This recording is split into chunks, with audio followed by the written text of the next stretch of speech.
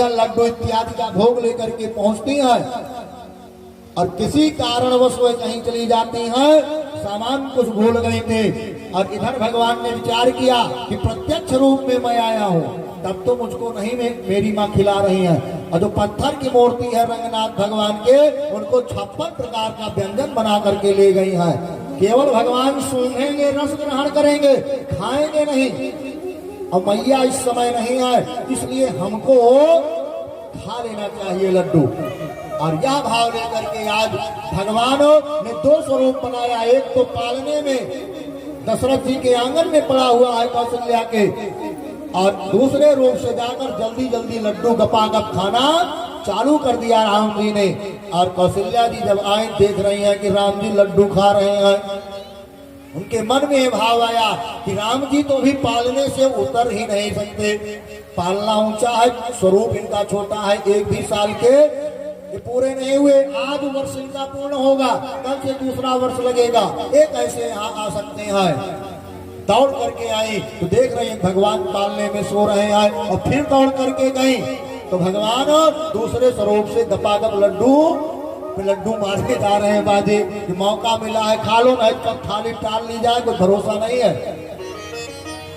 आज मैया जब इधर मंदिर में आती हैं, पालने के पास जाती हैं, और बार बार दौड़ धूप के कारण थक करके भगवान के पास बैठ जाती हैं रंगनाथ के मंदिर में, तो भगवान अपना मुख खोल देते हैं और संपूर्ण ब्रह्मांड का दर्शन मैया कौशल्या को राम जी कराते हैं। बोले राम लला सरकार के। आज मैया को यह ज्ञान हो गया कि मैं तो शत्रुपा हूँ और हमारे महाराज मनु हुआ करते थे, ये तो आज त्रैलोक्य के अधिपति हैं, हमें पुत्र के रूप में सुख प्रदान करने के लिए आए हुए हैं। भगवान ने जब देखा कि मैया के अंदर भगवान का भाव जागृत हो गया है मेरे प्रति, और भगवान अगर ये मुझको समझेंगे तो दुलार नहीं करेंगे, पुत्रवत स्नेह नहीं करेंगे, इसलिए इस भाव को नष्ट कर देना चाहिए। और मंद मंद भगवान मैया के आंचल को पकड़ करके मुस्कुराने लगे, और पुनः कौशल्या जी माया में पड़ गई, भूल गई कि भगवान है तो हमारे राम जी है।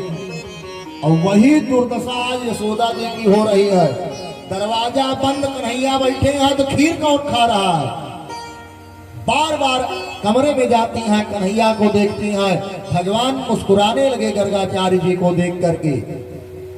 और माया को जो आवरण पड़ा हुआ था गर्गाचार्य जी का, भगवान की मुस्कान से जब वह आवरण नष्ट हो जाता है, हे राजर्षि परीक्षित, गर्गाचार्य जी आज जान जाते हैं कि तो भगवान है, कृपा करने के लिए आए हैं। आज अपने हाथों से भगवान को बचाने का उद्योग करते हैं, साधन ढूंढने का प्रयास करते हैं नंद बाबा।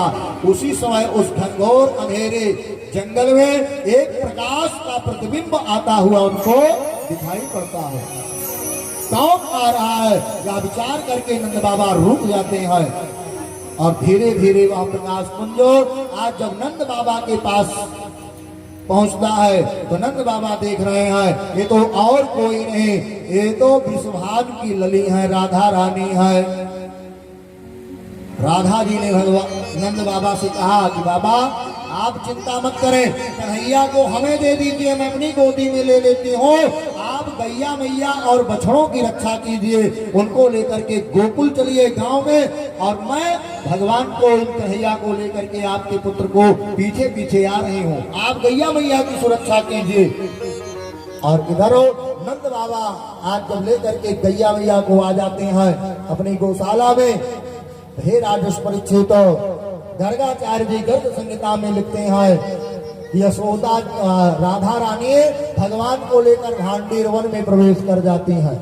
और जैसे ही भांडीर वन में भगवान पहुंचते हैं राधा रानी के साथ, राधा जी का स्वरूप जितना लंबा चौड़ा था, बड़ा था आकार, उसी के अनुरूप भगवान ने भी अपना स्वरूप बना लिया।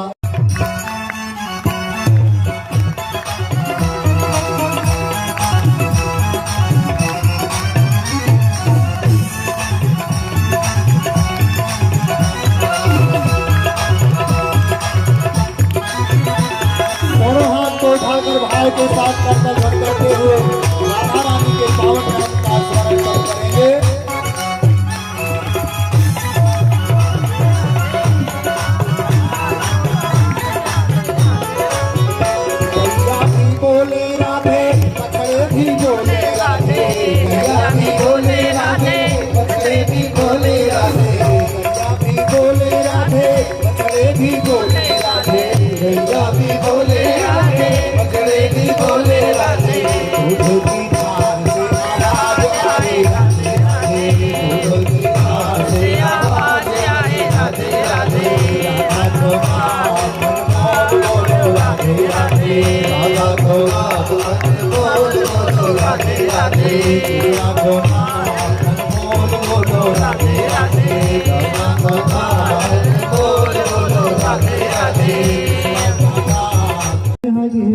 तू माया चक्कर में राम जी को भूला है, माया के चक्कर में राम जी को भूला है, माया के चक्कर में राम जी को भूला है, माया के चक्कर में राम जी को भूला है। वक्त आखिरी तुझको, वक्त आखिरी तुझको राम याद आएगा, वक्त आखिरी तुझको राम याद आएगा। तूने जो कमाया है दूसरा ही खाएगा, तूने जो कमाया है दूसरा ही खाएगा।